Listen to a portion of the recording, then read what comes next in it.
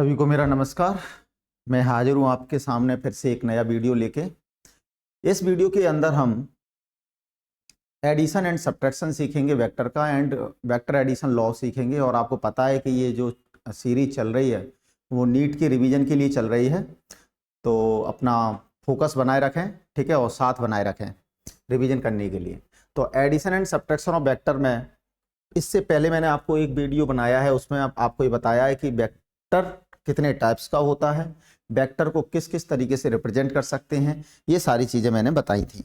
वो वीडियो देख लिया है, उसके बाद ही इस वीडियो को देखें। वैसे तो ये रिवीजन क्लास है, किसी को भी समझ में आ सकता है, लेकिन जो बच्चा कभी फिजिक्स नहीं पढ़ा है उसको ये वीडियो तभी समझ में आएगा जब वह इससे पहले वाला वीडियो देख लेगा, जिसका नाम है इंट्रोडक्शन ऑफ वेक्टर। ठीक, चलो स्टार्ट करते बेटा। ठीक, अब एडिशन और सब्ट्रैक्शन देखो, सबसे पहले मैं सिंपल वाले को हटा देते हैं, ठीक है। लॉ को हम पहले लॉ पढ़ लेते हैं, चलो ऐसी बात है तो पहले लॉ को ही पढ़ लेते हैं।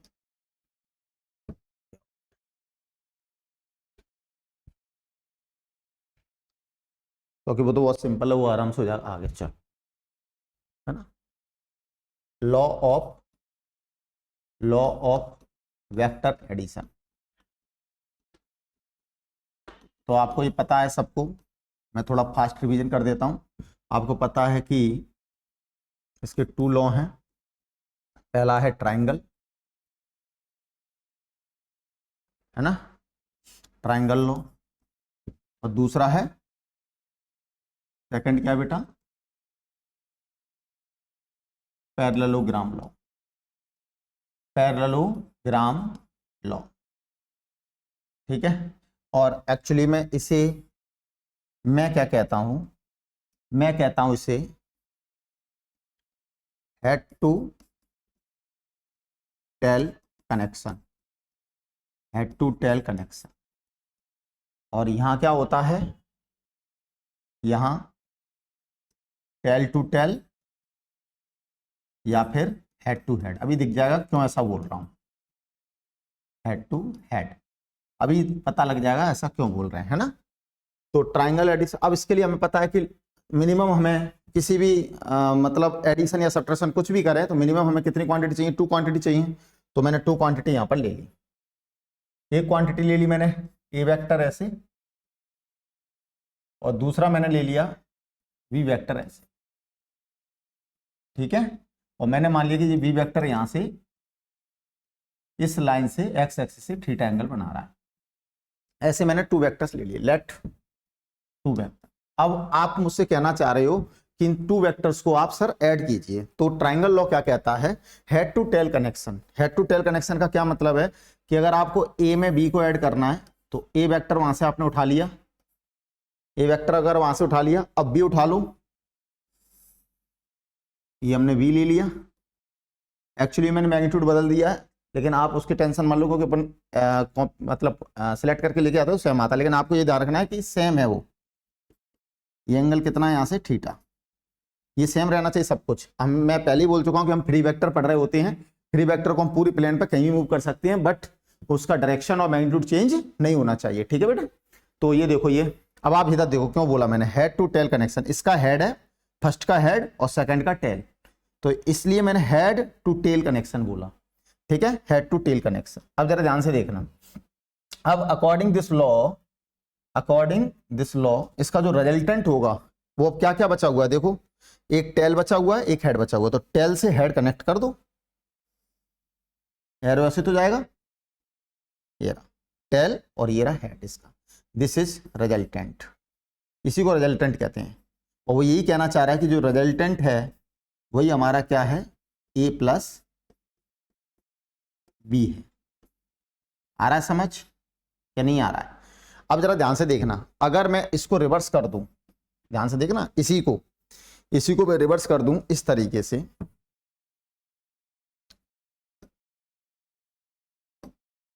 देखो ये ए है,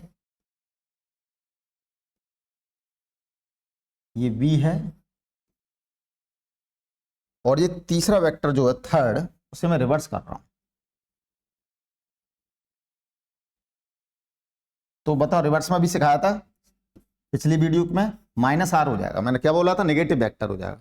अब अगर मैं इसे वेक्टर एडिशन लॉ लगाऊं तो एक्चुअली में वेक्टर एडिशन लॉ कैसा लगेगा, ये आर इधर आएगा, देख पा रहे हो इधर, अगर मैं वेक्टर एडिशन लॉ यहां पे लगाऊं तो कैसे लगेगा, A vector plus B vector is equal to minus R vector. क्यों, सही है। और इसको इधर लाऊंगा तो क्या हो जाएगा, A vector plus B vector plus R vector is equal to 0। यानी कहने का सेंस क्या है कि आप कभी भी किसी पॉलीगन को क्लोज करोगे वेक्टर से तो उनका सम क्या आएगा, 0, और इसे हम इक्विलिब्रियम कहेंगे। ये इक्विलिब्रियम की कंडीशन है। एक्चुअली में अगर 3 फोर्स इस तरीके से ट्रायंगल बना दें, या 3 से ज्यादा फोर्स, या कितने भी फोर्स या कितनी भी वेक्टर क्वांटिटी इस तरीके से, अगर ट्रायंगल क्यों बोल रहा हूं, क्योंकि हम 3 वेक्टर की बात कर रहे हैं। पॉलीगन में इसलिए बोल रहा हूं क्योंकि हम 4 भी हो सकते हैं, 5 भी हो सकते हैं, 6 भी हो सकते हैं, 7 भी हो सकते हैं, कितने भी वेक्टर हो सकते हैं।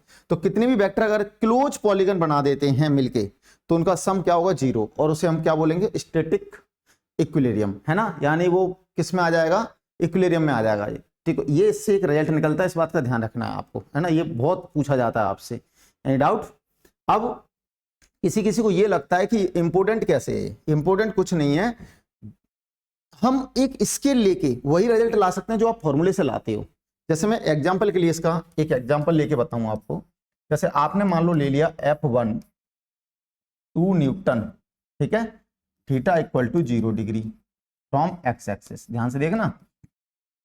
और एक वेक्टर ले लिया आपने F2 4 Newton, theta equal to मान लो 60 डिग्री फ्रॉम एक्स एक्सिस, ठीक है। तो आपने कहा इसको ऐड करो, क्या करो, ऐड। तो इसके अकॉर्डिंग ऐड करेंगे, ट्रायंगल लॉ के अकॉर्डिंग। तो कैसे करेंगे, तो मैंने तुम्हें सिखाया था कि वेक्टर को ज्योमेट्रिकल अगर आपको यहां दिखाना तो स्केल लेनी पड़ेगी। तो टेकन स्केल, टेकन स्केल, क्या स्केल लेंगे, हम मान लेते हैं कि 1 newton equal to 1 centimetre, 1 newton equal to 1 centimetre. तो अगर दिमाग लगाओ F1 को यहां रिप्रेजेंट करना है तो कितने सेंटीमीटर की लाइन ड्रॉ करनी पड़ेगी, हमने मान ली 2 सेंटीमीटर की लाइन ड्रॉ करनी पड़ेगी। 2 सेंटीमीटर किसको रिप्रेजेंट करेगा, 2 न्यूटन को। यानी ये किसको रिप्रेजेंट करेगा, F1 वेक्टर को। क्यों करेगा F1 वेक्टर को, क्योंकि एंगल 0 डिग्री है तो एक्स एक्सिस के अलोंग एंगल 0 डिग्री हो गया। अब F2 के लिए कितने डिग्री की करनी पड़ेगी, कितने सेंटीमीटर की करनी पड़ेगी, सॉरी 4 सेंटीमीटर की। तो F2 इक्वल टू कितना हो गया, 4 सेंटीमीटर लिखूं या 4 न्यूटन लिखूं, एक ही बात है। और एंगल यहां से आप डी का यूज करके यहां एंगल कितना बना लोगे, 60 डिग्री। आया समझ। अब आप जो थर्ड वेक्टर है वो कैसे बनाओगे, यहां से, यहां से ये रिजल्टेंट हो जाएगा। अब इसका जो एंगल ये वाला एंगल है वो डी का यूज करके बना लोगे तो ये अल्फा आ जाएगा, यानी इसकी डायरेक्शन आ जाएगी। और इसका लेंथ किससे, स्केल का यूज करके बना लोगे तो आराम से निकल के आ जाएगा। तो इस तरीके से वेक्टर एडिशन लॉ से हम सॉल्व कर सकते हैं प्रॉब्लम को बिना फॉर्मूले के।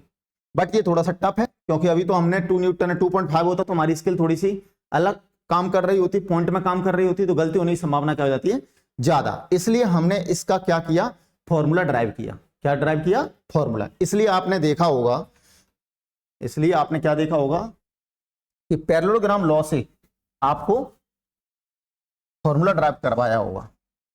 एक्चुअली वो है तो वेक्टर एडिशन लॉ। तो अगला है हमारा पैरेललोग्राम लॉ को भी देखेंगे, लेकिन फॉर्मूला ड्राइव नहीं करूंगा मैं क्योंकि आप कर चुके होंगे, ठीक है। आपको अब ये पता लग गया कि पैरेललोग्राम लॉ से फॉर्मूला ड्राइव करना क्यों जरूरी था, क्योंकि इसके लेके हम काम करते तो बहुत टफ पड़ता। तो उसको भूल जाओ, अब हम उसको यूज नहीं करेंगे।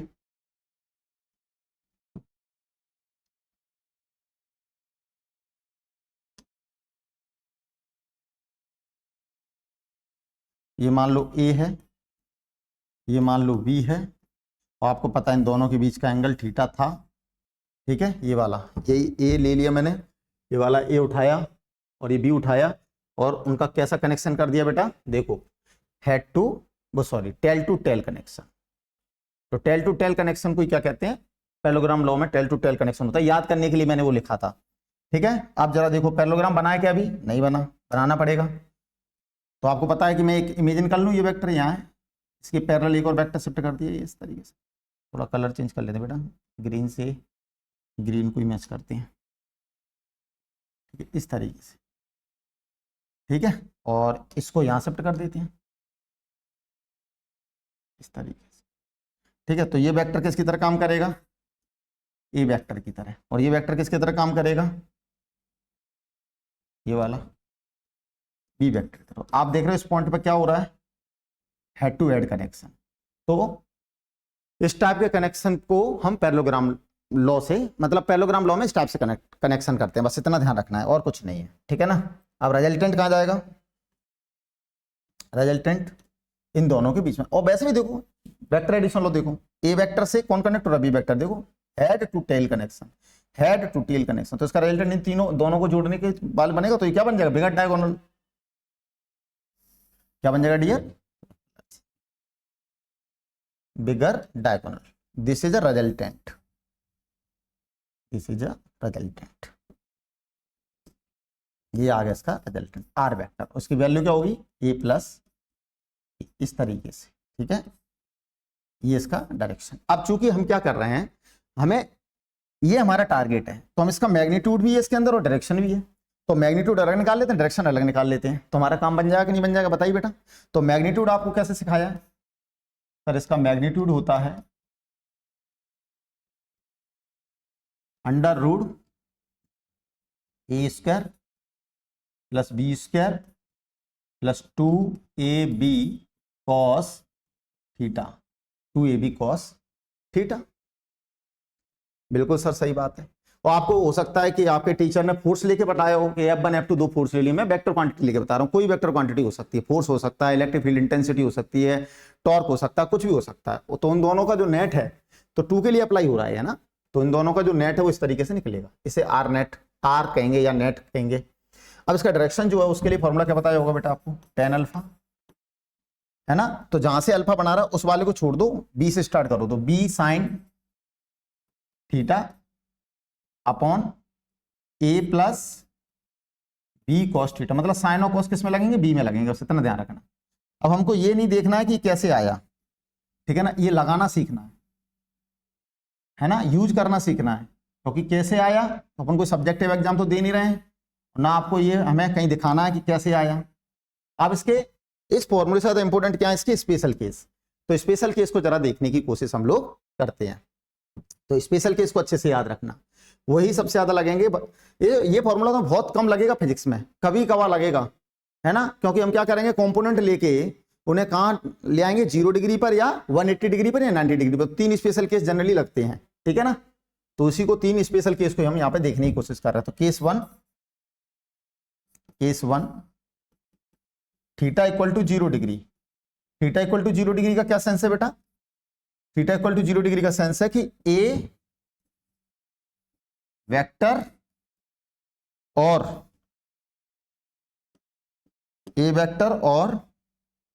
बी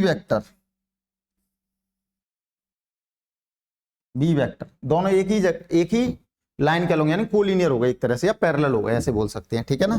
तो इन दिस केस जो रिजल्ट निकल के आएगा आपको पता है, वो आता है R equal to A plus B. बताने की जरूरत है क्या, नहीं है।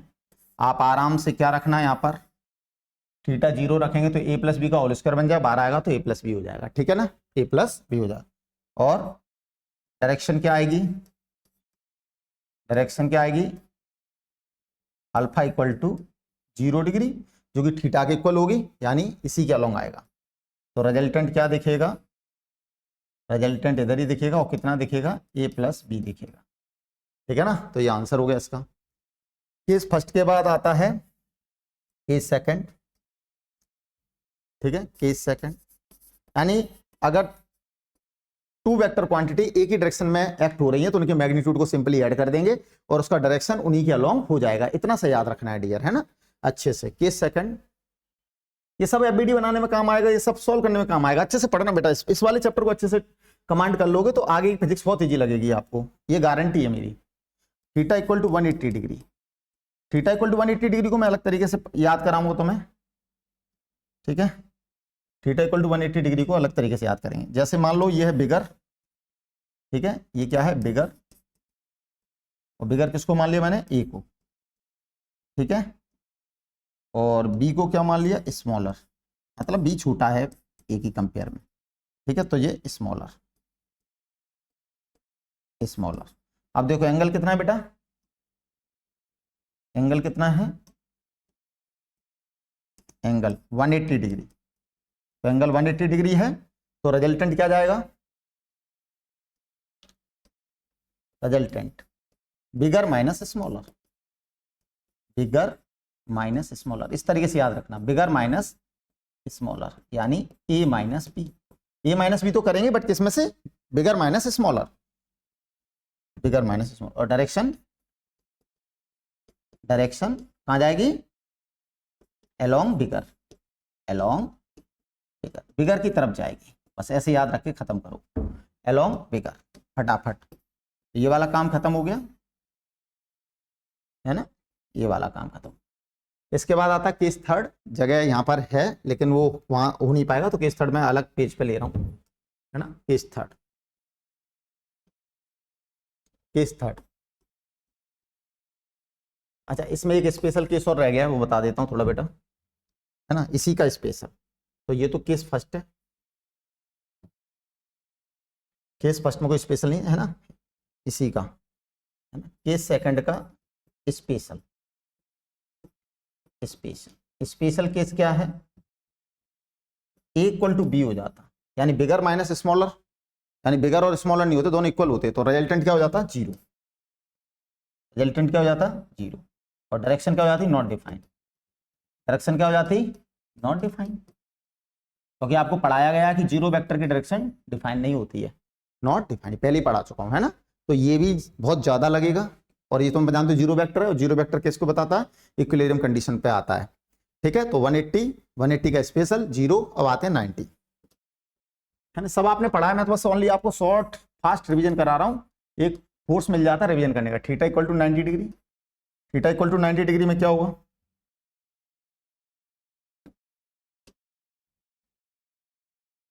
ये मान लो ए है, ये मान लो बी है, ठीक है, तो ये हो गया हमारा ए वेक्टर, और ये हो गया हमारा बी वेक्टर। अब चूंकि इसमें क्या होता है, डायरेक्शन के तीन केस होते हैं, है ना, अब मैं एक लाइन ड्रॉ कर रहा हूं, ये वाली लाइन, और ये लाइन कौन सी लाइन है, 45 डिग्री वाली, यानी यहां से 45 बनाएगा, ठीक है ना।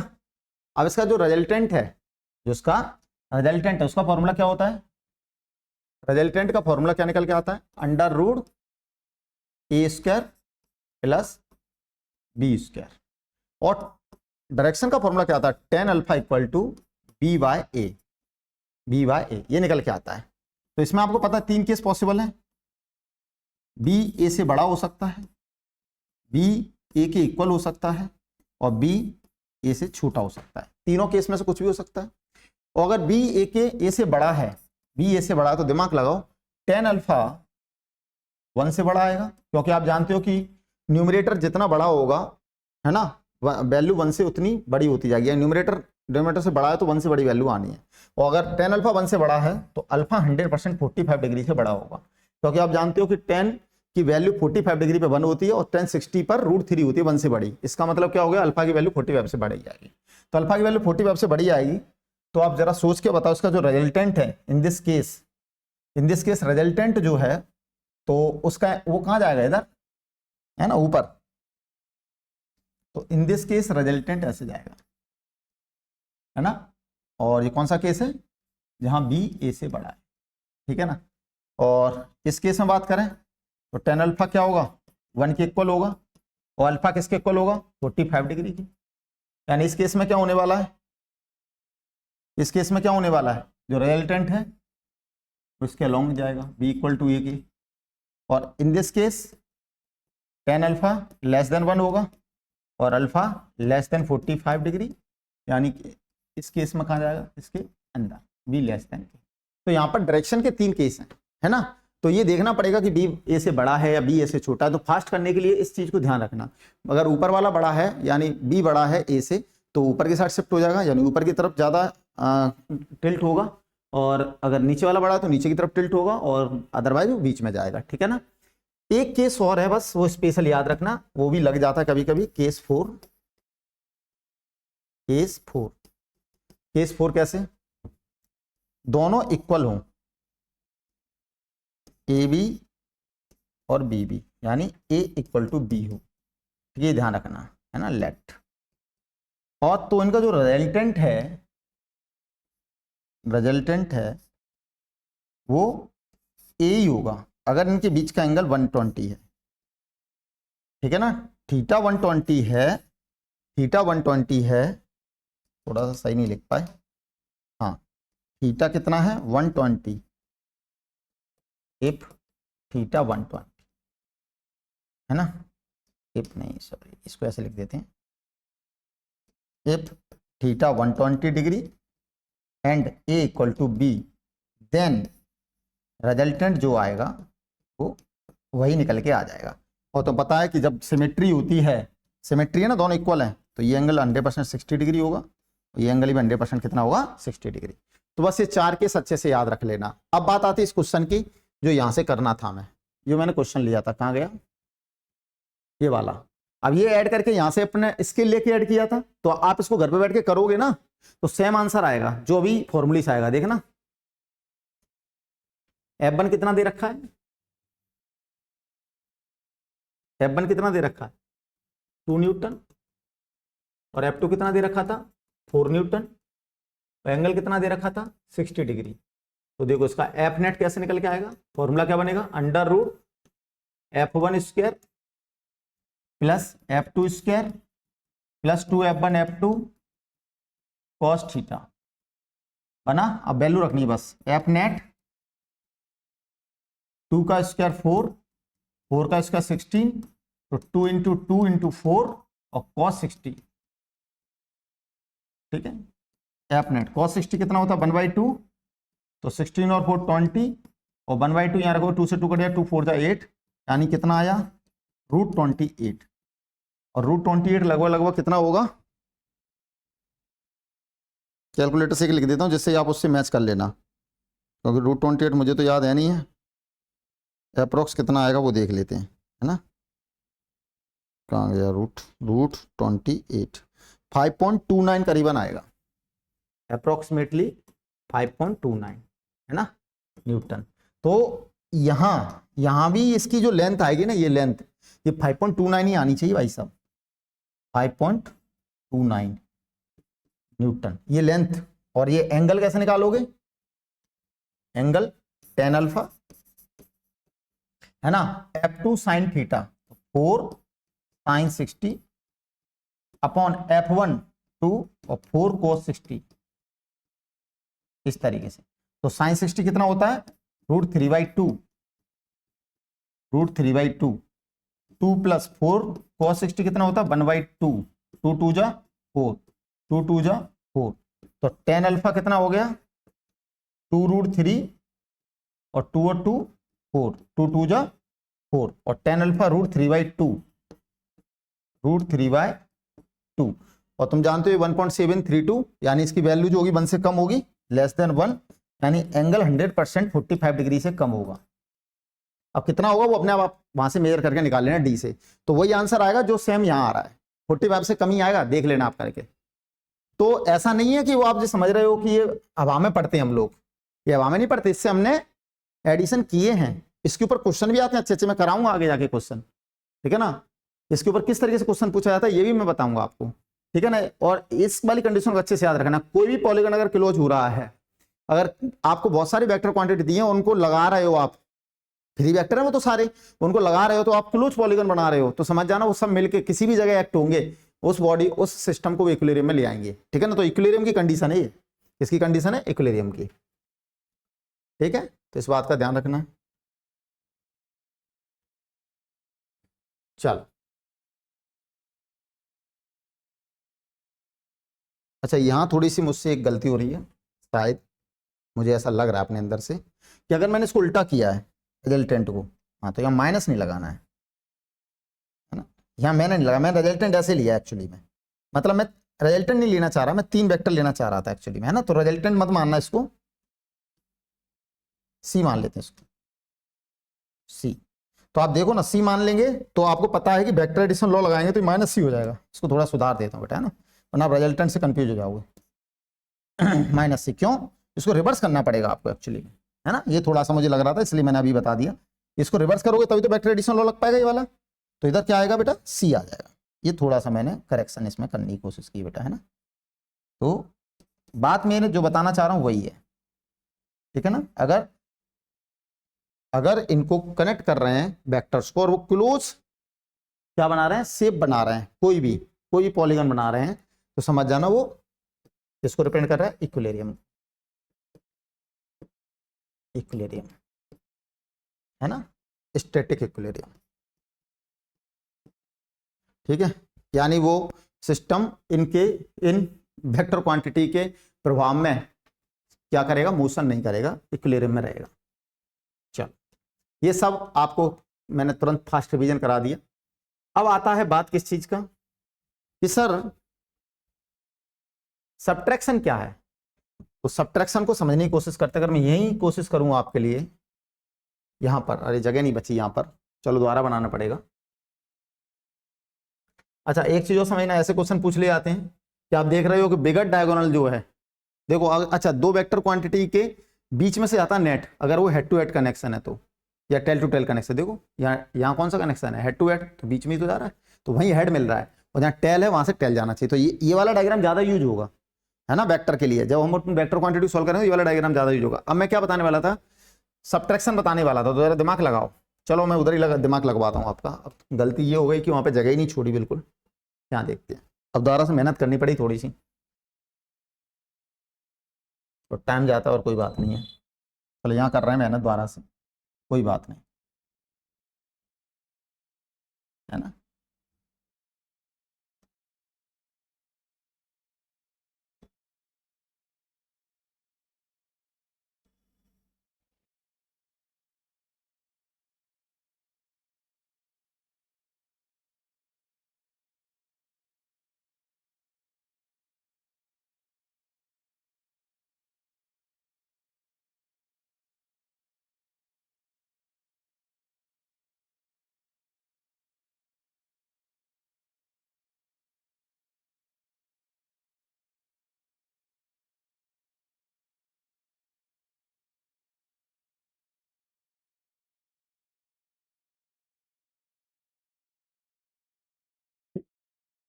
तो ये हो गया ए वेक्टर, ये हो गया हमारा बी वेक्टर, और बेटा ये आपको पता ही था क्या था, ये क्या था बेटा, ये था हमारा sir resultant R vector A plus, ठीक है। अब मुझे सोच के बताओ, माइनस का क्या मतलब है, माइनस किस में से किसको करना, बोलो, ए में से बी को करना है, मान लो आपको ए माइनस बी करना है, तो बी को आपको क्या करना पड़ेगा, नेगेटिव वेक्टर बनाना पड़ेगा। तो बी का नेगेटिव वेक्टर बनाने जा रहा हूं, ठीक है। तो जस्ट इसको रिवर्स कर दें, सिखाया था नेगेटिव वेक्टर कैसे बनता है, ये बन गया, ये हो गया माइनस बी, माइनस, ठीक है। अब अगर ये माइनस बी है तो आपको पता है पैरेललोग्राम लो, यहां बना लेते अपन,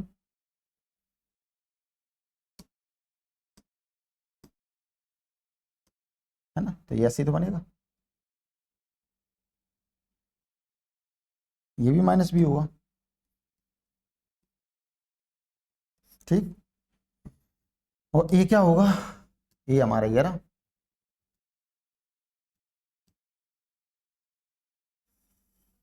देखो ये हमारा ये रहा, ठीक है। ये हमारा ए है, थोड़ा सा गड़बड़ लग रहा है, थोड़ा सा गड़बड़ लग रहा है, कोई बात नहीं, होता है इतना।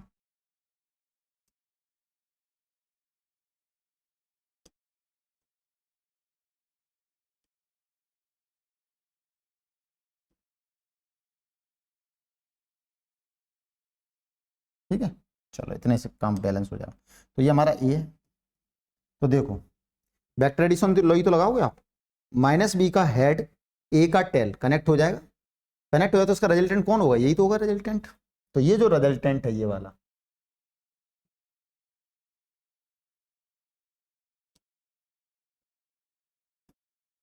ये जो रिजल्टेंट है ये दिख रहा है, ये रिजल्टेंट ये किसको रिप्रेजेंट कर रहा है, R vector minus B vector plus C, ऐसे ही तो कर रहा है। तो इसी को कोई बंदा ऐसे भी तो लिख सकता है, ए वेक्टर माइनस बी वेक्टर। तो सब्ट्रैक्शन एक्चुअली में एडिशन ही है, कुछ नहीं है। अब जरा ध्यान से देखो, ये क्या है, स्मॉलर डायगोनली, तो ये क्या है, स्मॉलर डायगोनली, बोलिए ये एक्चुअली में है क्या, स्मॉलर डायगोनल। तो अगर स्मॉलर डायगोनल है पैरेललोग्राम का, क्योंकि इसी के पैरेलल है बेटा ये, अगर मैं इसी को यहां शिफ्ट कर दूं, यहां डॉट लगा के, ये जस्ट पैरेलल लगेगा, ठीक है, यानी ये किसको रिप्रेजेंट कर रहा है, ए माइनस बी को, इसको डैश कह दूं, डैश, तो अलग है ना थोड़ा, इसलिए। क्लियर। तो स्मॉलर डायगोनल रिप्रेजेंटेड ए माइनस बी और बिगर डायगोनल रिप्रेजेंटेड ए प्लस बी, तो इसको अच्छे से याद रखना। क्लियर है। अगर आप दिमाग लगाइए, अगर ये पैरेललोग्राम की जगह क्या बन जाए, बताइए क्या बन जाए, स्क्वायर। तो स्क्वायर जब बन जाएगा तो आपको पता है कि दोनों डायगोनल सेम हो जाएंगे, तो इसका मतलब ए प्लस बी का मॉड और ए माइनस बी का मॉड क्या हो जाएगा, सेम। तो ए प्लस बी का मॉड और ए माइनस बी का मॉड अगर सेम हो रहा है तो इसका मतलब क्या है, इसका क्या मतलब बोलो, क्या है वो, स्क्वायर। तो अगर स्क्वायर है तो तुम्हें पता है ये कौन है, उसका बिगर डायगोनल, और ये कौन सा था, स्मॉलर डायगोनल। और दोनों डायगोनल अगर इक्वल हो रहे हैं तभी तो वो क्या बनना है, स्क्वायर, और तभी वो स्क्वायर बनना है, और स्क्वायर बनना है तो इसका मतलब तुम्हें पता है कि दोनों डायगोनल के बीच का एंगल कितना होता है, 90 डिग्री। इसलिए यहां से जो एंगल निकलेगा वो कितना निकलेगा, 90 डिग्री। ए और बी के बीच का एंगल कितना निकलेगा, 90 डिग्री, क्योंकि वो क्या बना रहे हैं, स्क्वायर बना रहे हैं। और जब इसको सॉल्व करेंगे, आगे जाके मैं इसे सॉल्व और तरीके से करूंगा, बट यहां से आप फिजिकली आप इसको देखा पा रहे हो कि अगर ऐसा हो रहा है, ऐसा हो रहा है, तो angle between A vector and B vector है ना, इज 90। डायरेक्ट आंसर दे पा रहे हो आप, ये समझ होनी जरूरी है, इसलिए वेक्टर पढ़ना बहुत जरूरी है कि ऐसे क्वेश्चनों के जवाब आप दे पाओगे। ठीक है ना, आप जो समझ पा रहे हो ना सब लोग, कि ए प्लस बी का मॉड, मॉड मतलब इसकी लेंथ, और ए माइनस बी का मॉड दोनों अगर इक्वल हो रहे हैं तो तुम पता इक्वल होने के लिए इसको क्या बनाना पड़ेगा, स्क्वायर, है ना, या फिर पैरेललोग्राम, क्योंकि दो में ही हो सकता, सॉरी क्या कहते हैं, रेक्टेंगल, रेक्टेंगल या स्क्वायर, क्योंकि दोनों में ही डायगोनल की लेंथ क्या होती है, सेम। अगर ये रेक्टेंगल स्क्वायर बन गया तो आपको पता है ए और बी के बीच का एंगल कितना हो जाएगा, 90 डिग्री। अभी ए और बी के बीच का एंगल कितना है यहाँ पर, थीटा, पता नहीं कितना है, लेकिन ये थीटा कितना हो जाएगा उस समय, 90 डिग्री। ठीक है ना, तो ये डायरेक्ट आगे दे दिया, जब आपने दे दिया, और आगे जाके मैं इसको देखो सॉल्व करूंगा तो आप कहोगे अरे यार इससे अच्छा तो सर वही था, आपने तुरंत आंसर दे दिया ज्योमेट्रिकल तरीके से। ठीक है ना, तो इसलिए ऐसे समझना है ना, तो ए माइनस बी सब्ट्रैक्ट करना भी सीखे आप। अब नेक्स्ट, इफ ए वेक्टर अगर ऐसे दिया है,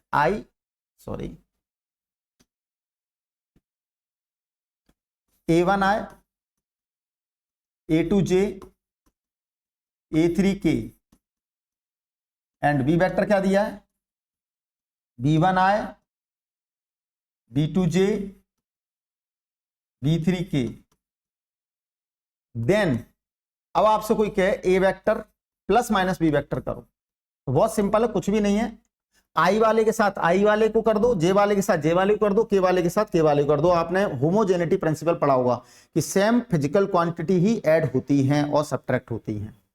तो A1 आए, थोड़ा जल्दी करना, अभी तो मैं इसको इसलिए लिख रहा हूं कि आप रिवीजन कर रहे हो तो आपकी आदत में रहना चाहिए थोड़ा सा।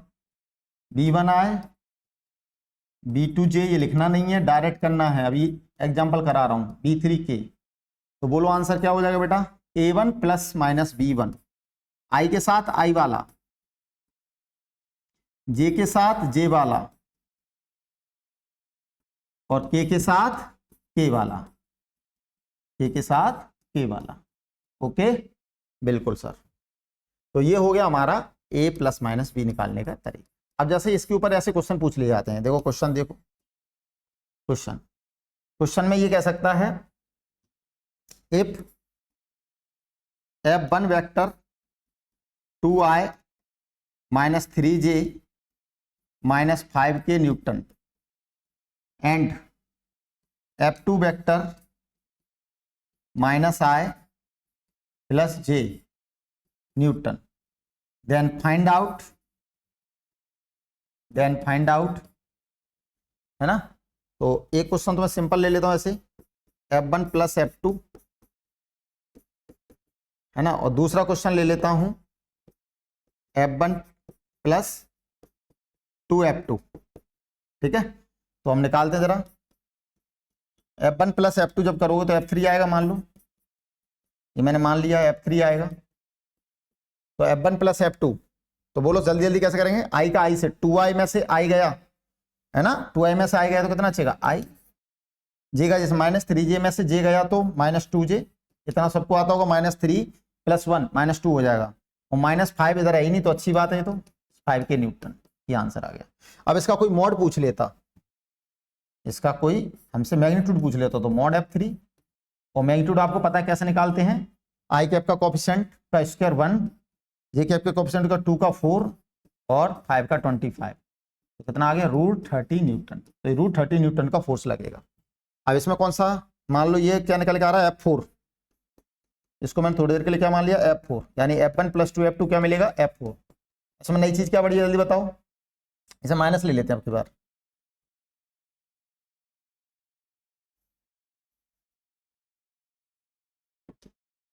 तो दोनों हो जाएंगे ना आपके एक ही क्वेश्चन में, 2f2 है ना, माइनस ले लेते हैं। तो आपको पता है कि दो वेक्टर क्वांटिटी को जब सब्ट्रैक्ट करेंगे तो कोई नई क्वांटिटी आएगी, तो मैंने उसे नाम दे दिया f4। अब चलो जल्दी से करते हैं f4। तो f1 में तो कुछ कर नहीं रहे, तो f1 तो एज इट इज रख जाएगा, 2i minus 3j minus 5k minus 2f2। अच्छा अब डायरेक्ट कर दूं, क्योंकि f2 में 2 का मल्टीप्लाई हो तो 2 का मल्टीप्लाई कर देते हैं, तो आपको 2 का मल्टीप्लाई करने से क्या है सब में होगा f2 में, तो माइनस 2i और प्लस 2j। आप देख रहे हो बीच में माइनस लगा है, साइन चेंज हो जाएंगे इसके, तो 2i और जो प्लस 2i 4i, इस तरीके से करना है, माइनस 2j और इधर माइनस 3j माइनस 5j और माइनस 5k बचा, k तो है ही नहीं उधर। अब इसका कोई मॉड पूछे तो, मतलब इसके मैग्नीट्यूड की जरूरत पड़े तो, है ना, आई कैप के कोफिशिएंट स्क्वायर 16, 25 और 25, 25 50, 50 और 16 66 न्यूटन। तो इस तरीके से अगर आई जे के फॉर्म में दिया है तो एडिशन इस तरीके से होगा। तो इसके लिए कोई ज्यादा खतरनाक रूल या कुछ ज्यादा दिमाग लगाने की जरूरत नहीं है। आपको पता है मैग्नीट्यूड निकल ही गया, डायरेक्शन आप कैप करके निकाल लोगे, और कैप के बारे में मैंने बताई आपको, ठीक है ना। तो ये था एडिशन और सब्ट्रैक्शन।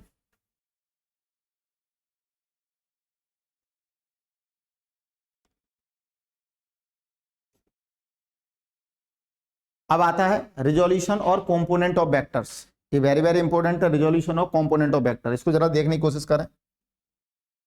इसके लिए सिंपल सा फंडा मैं पहले ही पढ़ा चुका हूं, इससे पहले आपको बताया था मैंने, कॉस और साइन आते हैं। तो सिंपल सा फंडा क्या है कि आपने कोई वेक्टर है, मान लो आपने अपने मन से कोई वेक्टर ले लिया, ये कोई वेक्टर क्वांटिटी अपने मन से ले ली, है ना, कोई वेक्टर क्वांटिटी है, ए वेक्टर मान लो, ठीक है। अब आपने कहा कि सर एक एक्सिस है, एक्सिस कौन होंगी, एक्स और वाई। तो आपने एक्स और वाई अपनी मन से एक्सिस ले ली, तो आपने कहा सर ये है मान लो हमारी, है ना,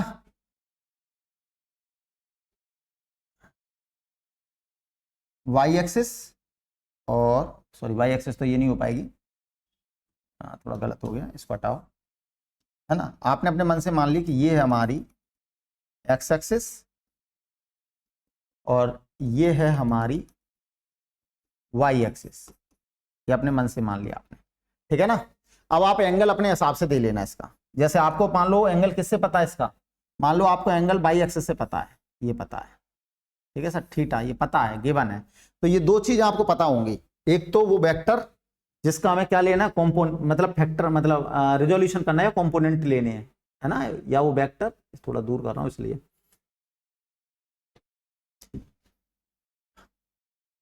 ठीक है, तो एक वेक्टर जिसके हमें क्या लेने हैं,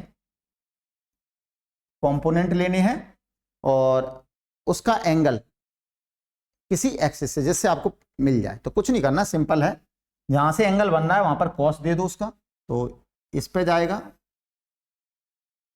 ए कॉस थीटा, ठीक है, और उसी कंपोनेंट के परपेंडिकुलर जाएगा साइन, उस कंपोनेंट के जिससे थीटा बनना है उससे कॉस जाएगा, और कॉस वाले के परपेंडिकुलर साइन जाएगा, ये बीच में आना चाहिए क्योंकि पैरेललोग्राम लॉ लगेगा, मैंने बोला था ना, ए साइन थीटा। अब चूंकि ये क्या है, ए इन दोनों का रिजल्टेंट है, तो बीच में आना चाहिए कि नहीं आना चाहिए पैरेललोग्राम लॉ के अकॉर्डिंग, आगे समझ। अब इस ए को अगर आपको लिखना हो वेक्टर फॉर्म में तो कैसे लिखोगे, ए एक्स आई कैप, ये सीख लो, ये बहुत इंपॉर्टेंट है, ए वाई जी कैप। तो ये कौन है एक्चुअली में इस समय, ए वाई, और ये कौन है इस समय, ए एक्स, क्योंकि एक्स डायरेक्शन में जा रहा है। तो ए वेक्टर ए एक्स मतलब ए साइन थीटा आई कैप, और ए वाई ए कॉस थीटा जी कैप, आगे समझ, क्लियर। जनरली आप 2D को ही क्या करोगे, अटैक करोगे, 3D होगा तो अल्फा बीटा गामा से आएगा, cos alpha cos beta cos gamma से कर लेंगे अपन उसको, ठीक है ना। तो 2D में इस तरीके से करना, और 2D ही आप ज्यादा जनरली करोगे। अब जैसे आपने देखा होगा, जैसे ये सबसे ज्यादा आपके में यूज होगा कि एक बॉडी है एम मास की, ठीक है, थीटा एंगल के इंक्लाइंड प्लेन पे रखी हुई है, और इस पर फ्रिक्शन फोर्स इधर लग रहा है, ठीक है, टेंशन भी इधर लग रहा है ना, mg नीचे लग रहा है मान लो, नॉर्मल रिएक्शन इस तरीके से लगता है, ठीक है, क्लियर। तो इस तरीके से लग रहा है। अब मैं आपसे कहूंगी इसके कंपोनेंट लीजिए, तो इस ऐसी प्रॉब्लम आएगी, कुछ ऐसा सिचुएशन होगा, यानी किसी बॉडी पर बहुत सारी वेक्टर क्वांटिटी एक्ट हो रही होंगी किसी पॉइंट पर, ठीक है। तो ये एम मास का एक पॉइंट है जिस पर ये बहुत सारी वेक्टर क्वांटिटी, 4 वेक्टर क्वांटिटी अलग अलग इस पर क्या हो रही है, मतलब क्या हो रही है, एक्ट हो रही है, और चारों के चारों क्या फोर्स है, ठीक है ना, एक जैसी होंगी, तभी आप स्टडी कर पाओगे, तभी आप ये सब कुछ कर पाओगे। तो हम क्या करेंगे, सबसे पहले हम क्या लेंगे, मैंने बोला एक्सिस, तो एक्सिस यहां पर बाउंड नहीं हो आपकी, एक्स को ऐसे लेना है, वाई को ऐसे लेना है, ऐसा नहीं है। आप इस तरीके से एक्सिस को क्या करोगे, चूज करोगे, जिससे कि कम से कम फोर्सेस को आप क्या कर पाओ, कम से कम फोर्स आपके सामने आए जिनके हमें क्या करना है, रिजॉल्व करना है। समझ में आ रहा है कि नहीं आ रहा। तो कम से कम फोर्स रिजॉल्व होंगे तो हम, हमारे पास क्या होगा, वो प्रॉब्लम आसानी से सॉल्व करना, मतलब वो प्रॉब्लम आसानी से सॉल्व हो जाएगी, कंफ्यूजन कम होगा। जैसे मैं आपसे कहूं कि अगर मैं एक्स ऐसे ले लूं तो 100% वाई तो फिर ऐसे ही जाएगा, परपेंडिकुलर रहता है ना दोनों एक दूसरे के, वाई ऐसे जाएगा। ये ऑब्जेक्ट मैंने यहां रख दिया। अब देखो इससे फायदा क्या हुआ, इससे फायदा ये हुआ कि टेंशन भी इधर ही है, फ्रिक्शन भी इधर ही है, और नॉर्मल रिएक्शन ऐसे आ रहा है, बट एक फोर्स केवल जिंदा रह गया जो कि इसके अलोंग नहीं आ रहा है, उसका नाम है mg। mg कहां आ रहा है, बीच में, ठीक है ना, mg कहां आ रहा है, बीच में। तो आप किस किस को रिजॉल्व नहीं करना है, टी को नहीं करना, टेंशन वाले को, फ्रिक्शन को नहीं करना, और नॉर्मल, क्योंकि ये एक्सिस के अलोंग आ रहे हैं, तो इनको रिजॉल्व करने की जरूरत ही नहीं है, क्योंकि ये तो always act lie on the axis. तो इसकी भी डायरेक्शन पता है, इसका मैग्नीट्यूड तो पता ही है, बट जो इसमें आ रहा है ना तो एक्स में ना वाई में, तो उसको हमें रिजॉल्व करना पड़ेगा, क्योंकि हमें ना तो उसका क्या पता है, मैग्नीट्यूड पता है कि वाई पे कितना जाएगा, एक्स पे कितना जाएगा, इसलिए, ठीक है ना। तो ये एंगल कैसे देखेंगे, अब आपको इस एंगल को देखना है तो इस तरीके से देख सकते हो, जैसे जैसे नीचे जाएगा ये टिल्ट इधर होगा, इससे फील क्या करो एंगल्स को, अगर मैथ लगाना नहीं आता है तो, ठीक है, अदरवाइज मैथ लगा सकते हो, 90 है, 90 माइनस थीटा, ये थीटा, देखो ना, ये कितना 90, ये कितना 90 माइनस थीटा, और ये पूरा 90, तो ये कितना बचेगा थीटा, तो ये थीटा हो जाएगा, कटने की जरूरत नहीं है। या फिर इसको हमेशा मूव करा की कोशिश किया करो, कौन सी लाइन किधर जाएगी तो वही थीटा होता है, वही एंगल बनता है, ये थीटा। अब किससे एंगल पता है आपको, वाई डैश से, तो वाई डैश से पता है तो इसका कंपोनेंट कैसे जाएगा, इसके अलोंग कितना जाएगा, mg cos थीटा, और mg cos थीटा के परपेंडिकुलर जाएगा mg sin थीटा, और ऐसे जाएगा कि बीच में आ जाए दोनों के mg sin थीटा। अब इसका काम हो गया तमाम। तो अब आप देखो ये क्वेश्चन प्रॉब्लम इजी हो गई कि नहीं होगी, ये दोनों ऐड हो जाएंगे, ये सब्ट्रैक्ट हो जाएंगे, फिर इन दोनों का एडिशन जो भी आएगा इससे सब्ट्रैक्ट हो जाएगा, फिर दो बचेंगे, आराम से सॉल्व हो जाएंगे। ठीक है ना, तो आपको ये समझ में आ गया होगा अच्छे से, ये बहुत अच्छे से किया होगा आप लोगों ने। ठीक है ना, तो रिजोल्यूशन और कंपोनेंट ऑफ वेक्टर लेना अच्छे से आना चाहिए आपको। ठीक है ना, हाँ अब हम क्वेश्चन पे चलते हैं, क्वेश्चन से चीजों को समझेंगे। थ्योरी खत्म हो चुकी है इसकी। ठीक है ना, थ्योरी बहुत अच्छे से हमने फिनिश कर ली है। तो थ्योरी में किसी को कोई दिक्कत हो तो बताइए, नहीं है तो क्वेश्चन लेते हैं। क्वेश्चन कह रहा है कि a man row a boat with a speed of 80 kilometre per hour in the north west. इस डायरेक्शन में हमारी बोट जा रही है। The shore line makes an angle of 15 degree. ये शोर लाइन है जो कितने एंगल बना रही है, 15 डिग्री बना रही है साउथ वेस्ट से, साउथ वेस्ट से, है ना, साउथ ऑफ वेस्ट से, यानी वेस्ट से बना रही है। मैंने बोला ना ऑफ वेस्ट, तो वेस्ट से 15 डिग्री बना। Obtain the component of the velocity of the boat along the shore line और perpendicular to the shore line. तो ये किसका क्वेश्चन है, कंपोनेंट का। तो इसको मैं यहां पर दिखा रहा हूं दोबारा से, तो ध्यान से देखना। तो इस तरीके से कंपोनेंट के ऊपर भी क्वेश्चन डिजाइन हो जाएगा। ठीक है ना, मेन टास्क होता है क्वेश्चन हमसे हो रहे हैं कि नहीं हो रहे हैं। क्वेश्चन नहीं हो रहे हैं तो पढ़ने का कोई सेंस नहीं है, ना टेस्ट सीरीज देने का सेंस है। पहले क्वेश्चन ही नहीं बनने तो टेस्ट सीरीज किस बात की दे रहे हो आप। तो क्वेश्चन तो बने आपसे पहले। ये क्लास उन्हीं बच्चों के लिए है जिनकी थ्योरी थोड़ी कमजोर है और जो मजाक मजाक में नीट की तैयारी कर रहे हैं। ठीक है ना, तो ये एंगल कितना, 45 डिग्री। ये किसका एंगल है, अरे अरे ये किसका एंगल है, 45। इसके अलावा कौन चल रहा है, बोट। कितनी स्पीड से चल रही है, 18 किलोमीटर पर आवर। ये आपको सिखाया गया होगा, किलोमीटर पर आवर को मीटर सेकंड में बदलना है तो 5/18 कर देते हैं। 18 गया तो 5 मीटर पर सेकंड बचा। ये मैंने इतना कर लिया। शोर लाइन मतलब उसने अपनी एक्सिस दी है, मैंने बोला ना वो जिसके अलोंग कहेगा उसके अलोंग लाएंगे हम। ये हमारी शोर लाइन है। ठीक है, ये हमारी कौन सी लाइन है, शोर लाइन। कितना एंगल बना रही है शोर लाइन यहां से, 15। ये तो ये कितना एंगल बना रहा है, भी यहां से बना रहा है 16। तो क्या सिखाया था आपको, एंगल पता लग जाए बस, तो एंगल तो बता दिया उसने। तो यहां पर क्या जाएगा इसका, यहां पर क्या जाएगा इसका, v cos 16।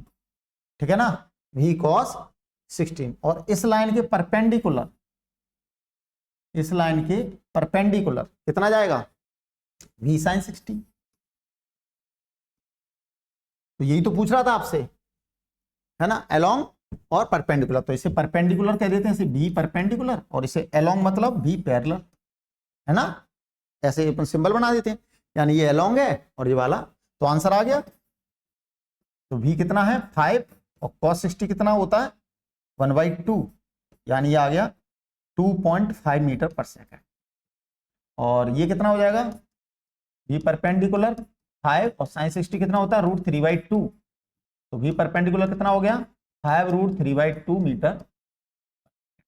तो इस तरीके का क्वेश्चन भी आपके एग्जाम में आ सकता है कंपोनेंट के ऊपर।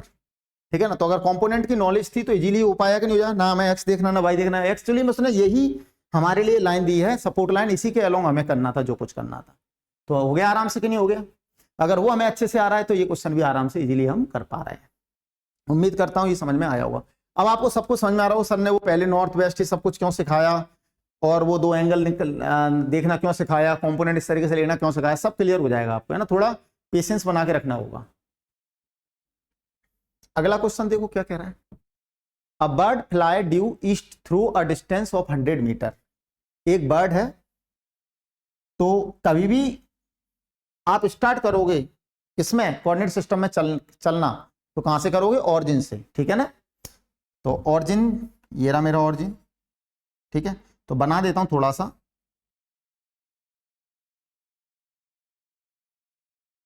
ठीक है, अब मैं देखता हूं क्या क्या दिया है। उसके बाद बात करेंगे, अभी तो बना दिया है। A bird fly due to east through a distance of 100 metre. East कहाँ होता है? ये रहा ईस्ट, ये रहा वेस्ट, ये रहा नॉर्थ और ये रहा साउथ। एक बर्ड है वो ईस्ट की तरफ फ्लाई कर रही है, कितने से? 100 मीटर। तो बोलो ये 100 मीटर हो गया, ठीक है। अब इसको अगर मैं लिखूं तो कैसे लिखूंगा बोलो? वेक्टर फॉर्म में 100 आई कैप, बिल्कुल सही बात, ठीक है। Then heading due to north by a distance 15। Heading मतलब नॉर्थ की तरफ बेंड हो गई, नॉर्थ की तरफ बेंड हो गई, कितनी से? 15 मीटर। और इसे वेक्टर फॉर्म में लिखूंगा तो कितना लिखूंगा? 15 जी कैप। ये सिखाया था, क्या सिखाया था बताओ? It fly vertically up, vertically down अंदर होता, वर्टिकली अप बाहर होगा, थ्रू अ डिस्टेंस 20 मीटर। और वर्टिकली अप क्या होगा आपको पता ही है, के कैप। ये वर्टिकली अप कितना? 20 मीटर। और इसे आप वेक्टर में लिखोगे तो क्या लिखोगे? 20 के कैप। तो पूछ रहा find the position of the bird relative to initial position. अच्छा ये कौन सी पोजीशन थी बेटा इसकी? इनिशियल, ये तो थी इनिशियल पोजीशन, मैंने इनिशियल यहां ऑरिजिन माना था। ये तो मेरे ऊपर डिपेंड करता है मैं कहां से इनिशियल ले रहा हूं। और ये हमारी कौन सी पोजीशन है? Final, final position. अब इसके रिलेटिव में इसकी बात कर रहा है, तो आप बताओ कौन सा लॉ लग रहा है? लग रहा है वेक्टर एडिशन लॉ। एक का हेड दूसरे का टेल, एक का हेड दूसरे का टेल, तो इसको कनेक्ट कर दूं तो ये जो वेक्टर है ये this is a position vector. और पोजीशन वेक्टर कैसे निकालते हैं? पोजीशन वेक्टर कैसे निकालते हैं? सबका सम, तो 100 आई।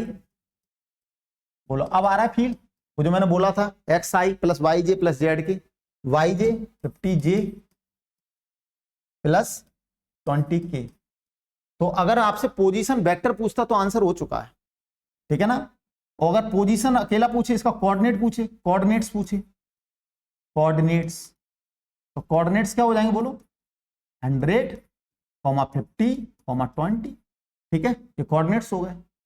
और अगर इसका मॉड पूछे तो मॉड आपका अंडर रूट 100 का स्क्वायर प्लस 50 का स्क्वायर प्लस 20 का स्क्वायर, मतलब उसकी लेंथ पूछे, तो क्या आंसर आ जाएगा यहां से? है ना, 10 10 10 12 आ रहा है, तो 10 तो बाहर ले लो। यहाँ कितना बचेगा? 100 बचेगा, तो या 25 बचेगा या 4 बचेगा, तो कितना आ गया? 10 अंडर रूट 129 मीटर। एक्चुअली में आपने क्या निकाल लिया? डिस्प्लेसमेंट निकाल लिया। This is called displacement. ये क्या है एक्चुअली में? Displacement of vector, displacement of bird, sorry vector बोल रहा हूं, डिस्प्लेसमेंट ऑफ बर्ड। और मैं कहूंगा डिस्टेंस बताओ बर्ड की, तो distance of bird, distance of bird वो क्या हो जाएगी? Distance actual path 100 plus 50 plus 20, तो 170 मीटर। तो एक्चुअली में वेक्टर पढ़ने का मतलब ये नहीं है कि हम मतलब